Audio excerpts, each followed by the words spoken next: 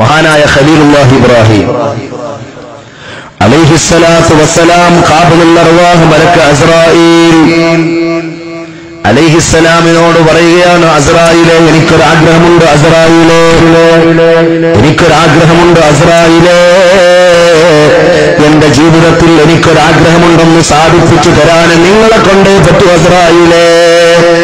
അസ്റായീൽ പറഞ്ഞു, എന്താ നബി നിങ്ങളുടെ വല്ലാത്തൊരാഗ്രഹം? എന്താ നബിയെ നിങ്ങളുടെ ആഗ്രഹം?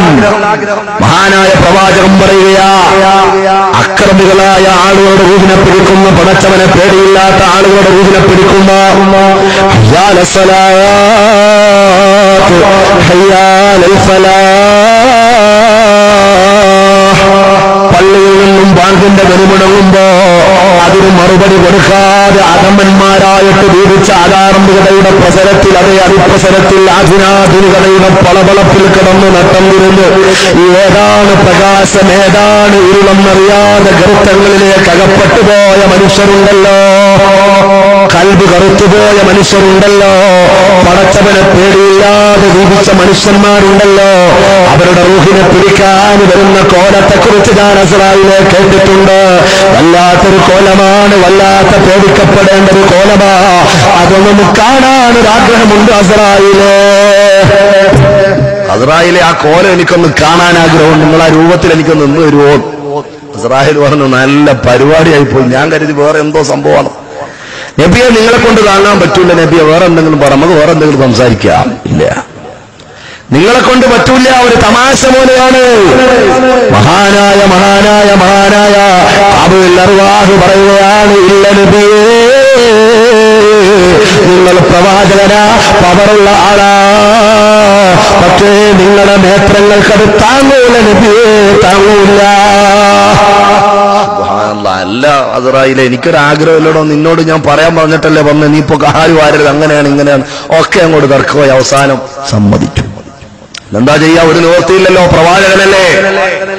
നബിയേ നബിയേ നബിയേ, നിങ്ങളുടെ കണ്ണുകളും നടക്കൂ നബിയേ.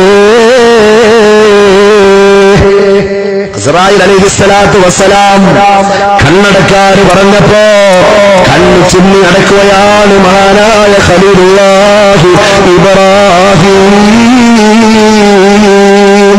അലൈഹിസ്സലാം. കണ്ണടച്ചു. ഒരല്പസമയം കഴിഞ്ഞപ്പോ രൂപമൊക്കെ അങ്ങ് മാറിയിട്ട് പറയുന്നു, ഒന്ന് കണ്ണു തുറക്കൂ നബിയേ. സുബ്ഹാനല്ലാഹ്, ഇബ്രാഹിം നബി എന്ന അല്ലാഹുവിന്റെ ഖലീൽ എന്ന അപരനാമത്തിൽ അറിയപ്പെടുന്ന ഇബ്രാഹിം നബിയുടെ കണ്ണു തുറന്നപ്പോ കണ്ട കാഴ്ച ഒരൊറ്റ നോട്ടമേ നോക്കിയിട്ടുള്ളൂ. ബോധങ്ങൾക്ക് താഴെ വീണു, ബോധമില്ലാതെ താഴെ വീണുപോയി.